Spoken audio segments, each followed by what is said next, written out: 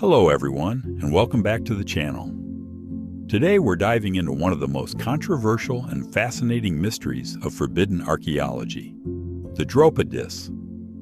A discovery that sounds like something straight out of a science fiction movie, yet one that has left real physical traces in laboratories across Asia. Before we begin, make sure to like the video, subscribe to the channel, and turn on notifications so you don't miss any mysteries of the past. Are you ready to explore the unknown? Let's begin. And to do that, we need to imagine a scene. Picture the year 1938. A Chinese archaeological expedition, led by Professor Chi Pu-te, ventures into the harsh caves of the Bayan Karaula Mountains on the border between China and Tibet.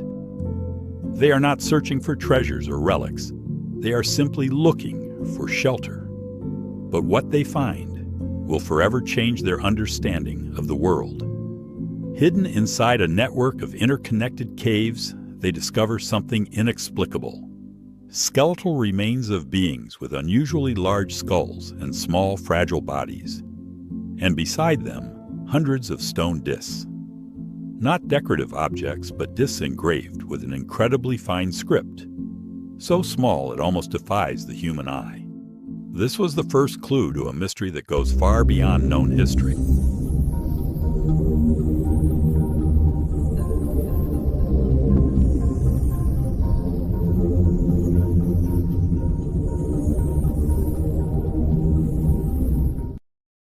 The question that haunted archaeologists was obvious. What culture could these strange, anachronistic artifacts possibly belong to?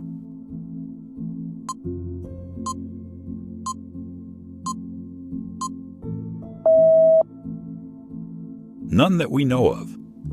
It became clear almost immediately that these objects didn't fit into any history book. And it was there, in that isolated and forgotten place, that a legend far greater than archaeology itself began. The stone discs, about 30 centimeters in diameter, featured a small central hole and a spiral groove extending from the center to the edge. But the real shock was the language. Thousands of microscopic hieroglyphs, completely indecipherable at the time. For decades, the disc remained an enigma, until the 1960s. That's when a Beijing professor named Sum Nu claimed he had deciphered part of the inscriptions. And if his translations were true, they were staggering. According to the text, they told the story of an emergency landing of a spacecraft around 12,000 years ago, piloted by beings from another planet known as the Dropa. These beings, the text said, had crashed and attempted to integrate with local tribes, often with tragic results. It sounds like pure science fiction, except for one thing. Those physical objects remained in the hands of archaeologists. And the discs were not just carved stones. They hid an even more disturbing secret beneath their surface.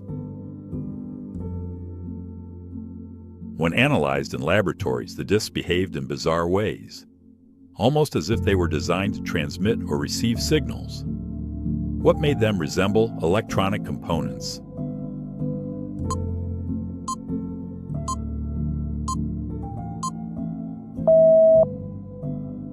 Oxidation and resonance. Chemical analyses revealed unusually high levels of cobalt and other rare metals. Even more astonishing, when exposed to an electrical current, the discs began to vibrate at high frequencies, much like modern piezoelectric components used today in smartphones and computers. But the stone wasn't just vibrating, it seemed to be trying to speak. Russian physicist Vyacheslav Zaitsev conducted the decisive experiment. He placed the discs on a rotating platform, similar to a turntable. To everyone's amazement, the artifacts began emitting a rhythmic hum, as if an ancient audio recording were trying to play after thousands of years of silence. This was taken as confirmation that the microscopic hieroglyphs were data, engraved to be read by a far more advanced technology. Professor Sum Nu later revealed that the discs were not ceremonial objects. They were pages of an ancient diary. They described how roughly 12,000 years ago, an expedition from a distant star system, the People of the Clouds, suffered a catastrophic crash in the Tibetan mountains.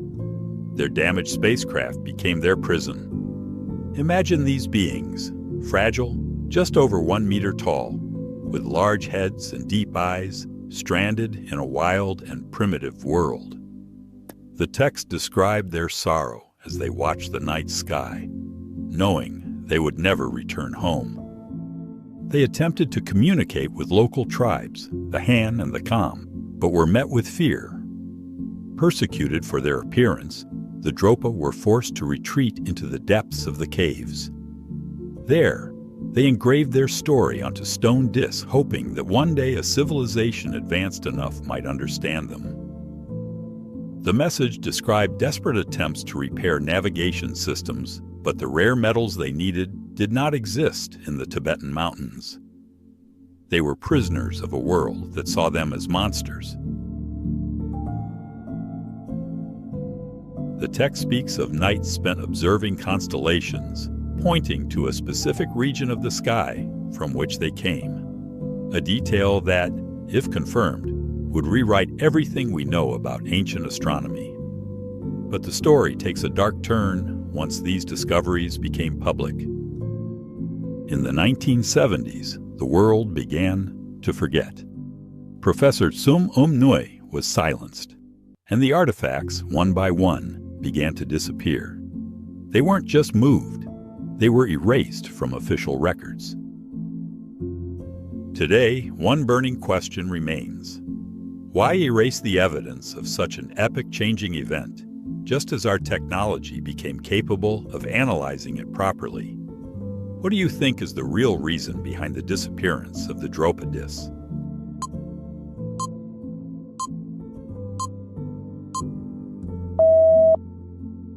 Many independent researchers believe the answer is B. They are stored in secret archives. The disappearance of over 700 discs cannot be blamed on poor museum management.